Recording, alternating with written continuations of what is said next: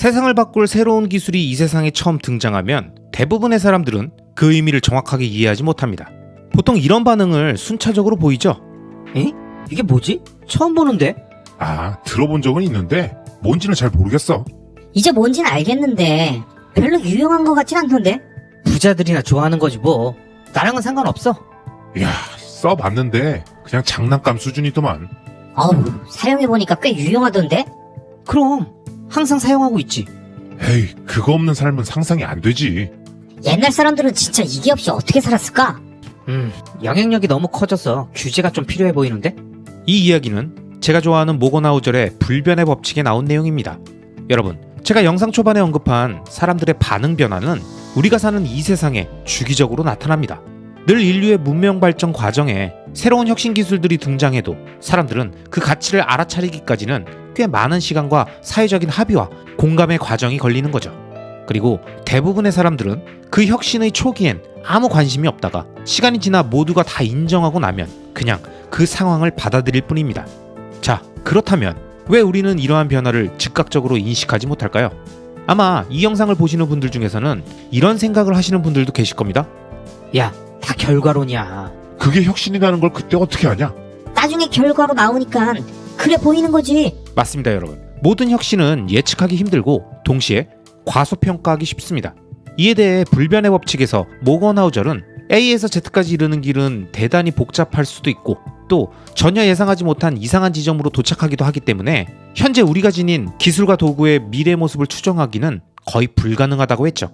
지금 이 순간에도 누군가는 어디에선가 미래를 완전히 바꿔놓을 뭔가를 연구하고 발명하고 있지만 우리는 한동안 그것을 전혀 모를 가능성이 높고 지금껏 늘 그래왔기 때문에 영상 초반에 언급했던 대중들의 늘 똑같은 반응이 포드가 자동차를 만들든 에디슨이 전기를 만들든 처음 컴퓨터가 나왔을 때든 인터넷이 등장했을 때든 스마트폰이 출시되었을 때든 역사는 늘 반복된다는 겁니다.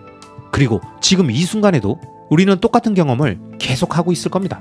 본인이 인식하든 못하든 말이죠.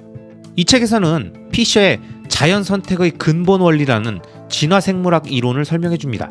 이 이론은 변이가 곧 강점이라는 내용인데요. 쉽게 말해 개체군의 구성이 다양해질수록 진화의 과정에서 선택되는 새로운 특성이 나타날 확률도 높아지게 되는데 이건 어떤 특성이 유용할지 아무도 알 수는 없지만 수많은 특성들을 만들어 놓으면 무엇이 됐든 그 중에 하나는 유용한 특성이 되기 때문이라는 겁니다. 그러면서 혁신에서도 비슷한 구조를 보인다고 말하죠. 우리는 대부분 스타트업이 진행 중인 프로젝트나 과학자가 연구하는 뭔가를 보면 흥미롭긴 하지만 과거의 혁신들에 비해서는 별것 아니라고 생각하기 쉽습니다. 우리는 여러 혁신이 상호작용하고 결합하면서 어떤 변화를 이룰지 모르기 때문에 그저 속편하게 최고의 시절은 과거라고 결론 내리고 현재 진행 중인 프로젝트나 혁신의 잠재력은 과소평가하게 된다는 거죠. 여러분, 실제로 우리 주변의 경험, 사례, 본인이 과거에 놓쳤던 투자의 기회들을 보면 대부분 이런 경우들이 많죠. 내가 태어났을 때부터 위인전에서 읽고 역사에 나오고 모두가 인정하는 것들은 리스펙하지만 현재 진행되고 있는 새로운 사업들, 내 눈앞에 일어나고 있는 기술 혁신들, 바로 내 옆에 있는 동료나 지인이 하는 새로운 도전들에 대해서는 상당히 부정적이고 냉소적으로 보면서 어찌 보면 스스로에게 엄청난 인사이트와 기회가 될 수 있었던 소중한 순간들을 너무나도 허무하게 그냥 던져버리는 거죠. 제 채널에 많은 구독자님들이 보신 박경철 선생님의 W 강의에 나왔던 인터넷 혁명 초창기가 딱 그런 상황이죠. 0.1%의 W를 알아본 건 결국 0.9%의 현자들 뿐이었고 나머지 99%는 그 가치를 끝까지 몰랐다라는 그 영상 속 내용처럼 시대가 바뀌고 상황이 바뀌어도 무엇이 세상을 바꿀 혁신이고 혁명적인 일명 W인지를 파악하고 분별하는 건 매우 어렵고 설령 그걸 알아봤다 하더라도 그 믿음을 오랫동안 유지하면서 계속 관심을 갖고 깊게 공부해서 자신의 투자나 사업에 연결하는 건 더더욱 엄청나게 어려운 일이라는 겁니다. 왜냐? 이건 장기간에 걸쳐서 진행되는 거니까요. 그리고 그 과정 내내 발생하는 수많은 변동성을 견뎌내야 하는 작업이니까요. 하지만 여러분, 우리가 이러한 혁신의 기회들을 찾아내고 계속 믿음을 갖고 유지하기 위해선 불변의 법칙에 나왔던 앞으로 나올 다음 이야기들을 꼭 기억해야 합니다. 첫째, 우리는 늘 발전이 지지부진하다고 느끼기 쉽다는 겁니다. 자신이 사는 어느 시대에든 최근 10년이나 20년간 획기적인 뭔가를 만들어내지 못했다고 느낄 수 있습니다. 하지만 우리들의 그런 생각은 어떤 혁신적 기술이든 우리 삶에서 유용한 것이 되기까지는 10년에서 20년은 걸리기 때문이라는 걸 잊지 말아야 합니다. 2016년 구글의 알파고가 이세돌을 바둑으로 이긴 걸 보고도 대부분의 우리들은 AI에 대해서 잠깐 생각해보고 다시 일상으로 돌아가서 잊고 살았던 것처럼 어떤 혁신적인 기술과 제품이나 서비스가 처음 등장해서 10년이나 20년은 지나야 대부분의 사람들은 그걸 유용하다고 느끼고 우리 삶에서 없어서는 안 된다고 생각하게 된다는 거죠. 즉, 진보란 한 걸음씩 시간을 두고 천천히 일어나며 지금은 대수롭지 않게 보이는 사소한 혁신과 발견이 훗날 엄청난 무언가로 변화될 잠재력을 지닌 기회의 씨앗이 될 수 있다는 겁니다. 비자카드의 창립자인 디오크는 책은 저자가 쓴 내용보다 훨씬 더 많은 것을 담고 있다. 독자의 무한한 상상력과 해석도 책의 일부다 라고 말했습니다. 이 말의 의미를 새로운 기술에 대입해보면 모든 신기술의 가치는 단순히 그 자체의 용도에만 있는 게 아니라 완전히 다른 능력과 관점을 지닌 다른 누군가가 그 기술을 토대로 결국 무엇을 창안해내는가도 중요하다는 거죠.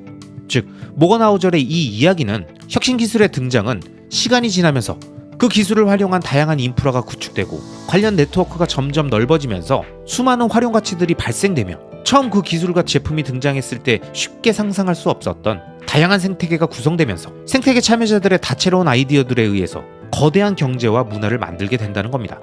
마치 인터넷이라는 기술이 표준 프로토콜이 된 이후에 다양한 웹 기반 산업들이 발전하면서 이제는 인터넷 없이 살 수 없는 세상이 되었고, 스마트폰이라는 혁신 제품이 등장한 이후에 그 안에서 작동되는 수많은 앱들이 우리 삶의 전반을 지배하는 형태로 확장되면서 스마트폰 없이는 한순간도 아무것도 할 수 없게 된 것처럼 혁신적인 무언가의 등장은 긴 시간에 걸쳐 검증되고 확인되기 때문에 그 혁신의 초반엔 대부분 알아보지 못하지만 결국 모두의 삶에 엄청난 영향력을 끼치고 그것 없이는 생활하기 힘든 상태로 변화하게 된다는 걸 의미합니다. 또한 이 책에서 우리가 혁신을 알아채지 못하는 두 번째 이유로 언급한 건 사소해 보이는 두 가지가 결합하면 엄청난 무언가로 증폭될 수 있다는 사실을 우리가 잊기 쉽다는 걸 말합니다. 그러면서 자연이 돌아가는 원리를 예를 들어서 설명하죠. 북쪽에서 차가운 바람이 불어오는 건 그다지 대수로운 일이 아니고 남쪽에서 더운 공기가 불어오는 것도 특별한 일이 아니지만 그 둘이 미국의 미주리주 상공에서 만나면 토네이도가 발생한다는 거죠. 그리고 이러한 창발 효과가 어마어마한 결과를 초래할 수 있다고 하면서 새로운 기술 역시 사소한 기술과 또 다른 사소한 기술이 만나서 세상을 바꿔놓는 엄청난 기술이 된다는 겁니다. 이런 게 바로 기하급수적인 성장을 가지고 오고 대부분의 우리들은 이것을 상상하지조차 못한다는 거죠. 결론적으로 우리는 미래의 경이로움을 예측하는 데 익숙하지 않고 상상하지 못하고 그 크기를 가늠하지 못하기 때문에 투자든 인생이든 어려움을 겪게 되는 것입니다.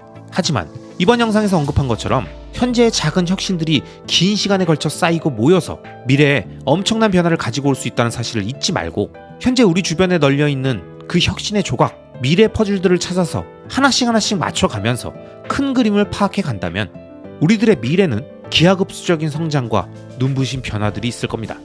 오늘의 이 이야기를 통해 여러분의 미래의 경이로움에 대해 다시 한번 생각해 보시는 기회가 되시길 바라면서 혁신의 씨앗을 품고 있는 장기적 우상향 구조의 자산과 행위가 무엇이고 그것을 오랫동안 유지하기 위해서 나는 어떤 준비를 해야 하는지 각자 깊게 고민해 보시길 바랍니다.